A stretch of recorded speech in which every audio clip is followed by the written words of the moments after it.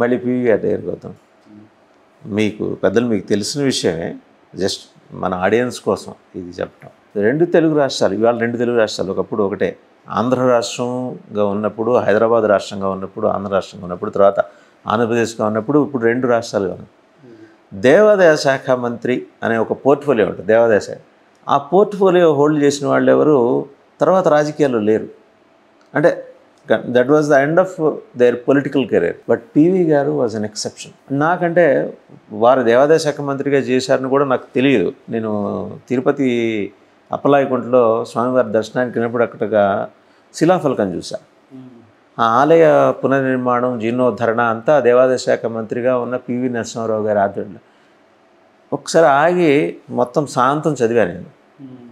నేను చూసింది కరెక్టేనా? ఎందుకంటే నాకున్న విత్ మై లిటిల్ విజ్డమ్ నేను అబ్జర్వ్ చేసింది ఏంటంటే, దేవాదాయ శాఖ మంత్రిగా చేసిన వాళ్ళు ఎవరు తర్వాత రాజకీయాల్లో ముందరికి వెళ్ళిన పరిస్థితి లేదు. బట్ పివి గారిది ఒక రికార్డ్, ప్రైమ్ మినిస్టర్ గారు.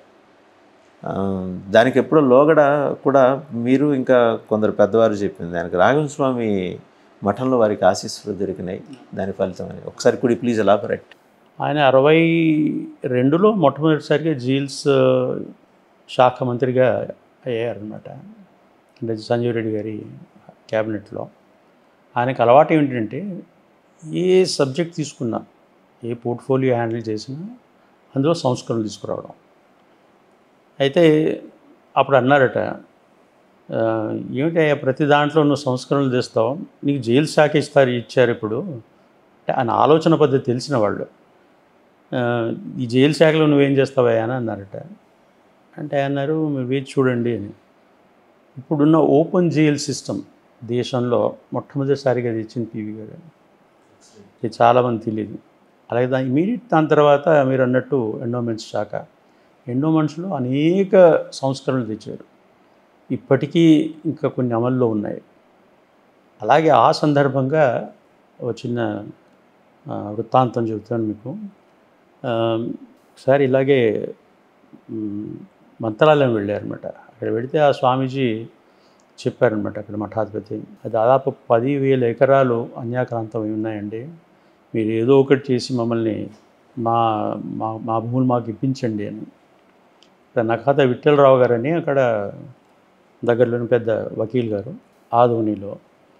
అయితే ఆయన్ని రమ్మని పిలిచి వీళ్ళిద్దరూ, పివి గారు మంత్రాలయం వెళ్ళి దాదాపు నెల 15 రోజులు ఉన్నారు అక్కడ. ఒక్కొక్క భూమి అది ఆ సర్వే నెంబర్లని తీసుకొని దాంట్లో ఉన్న ఎవరు ఆక్యుపై చేశారని అవసరం ఉన్నప్పుడు పోలీసుని వాడి మొత్తం అదంతా 10,000 ఎకరాలు మొత్తం క్లియర్ చేయించేసి నెల 15 రోజుల పేపర్లన్నీ మళ్ళీ స్వామివారికి ఇచ్చారట. అంటే ఇది నా కథ, విఠలరావు గారు నాకు చెప్పిన కథ ఇది. అంటే కథనా నిజమా అది నాకు తెలియదు, కానీ ఇది అంటే ఆయన చెప్పిన తన ఎక్స్పీరియన్స్ చెప్పారనమాట. ఆ పేపర్లన్నీ స్వామీజీకి, కానీ అది బృందావనం దగ్గర తీసుకుపోయి పెట్టారట. అక్కడ పెట్టిన తర్వాత పెట్టి చిన్న ప్రార్థన చేశారు. పివి గారు చాలా కష్టపడ్డారు, నెల 15 రోజులు ఇక్కడే ఉండి అన్ని విషయాలు చాలా బ్రహ్మాండంగా అన్ని సార్ట్అవుట్ చేసినారు, మీ ఆశీర్వాదం కావాలి అని రాఘవేంద్ర స్వామికి మరి ఆయన ప్రార్థన చేశారని చెప్పారనమాట. ఆయన తర్వాత ఏదో పువ్వు మీద నుండి పడిందని, ఆ పువ్వు పివి గారికి ఇచ్చి దేశంలో అత్యున్నతమైన పదవి మీకు లభిస్తుంది అని 63లో ఆ స్వామీజీ మీకు ఆశీర్వాదం ఇచ్చారని నఖాత విఠలరావు గారు నాకు చెప్పారనమాట. మరి అది నిజమైంది. మీరేమో మరి ఆ పోర్ట్ఫోలియో హ్యాండిల్ చేసిన వాళ్ళు ఇంకా అదే ఇక సమాప్తం, దాని తర్వాత మరి ఫ్యూచర్ ఏది ఉండదు అని మీరు అన్నారు తప్ప ఆయన అదే అందుకని అంటున్నానండి, ఆ రికార్డుని ఈయన బ్రేక్ చేసి ఈయన ఒక రికార్డు చేశారు ఉన్నమాట.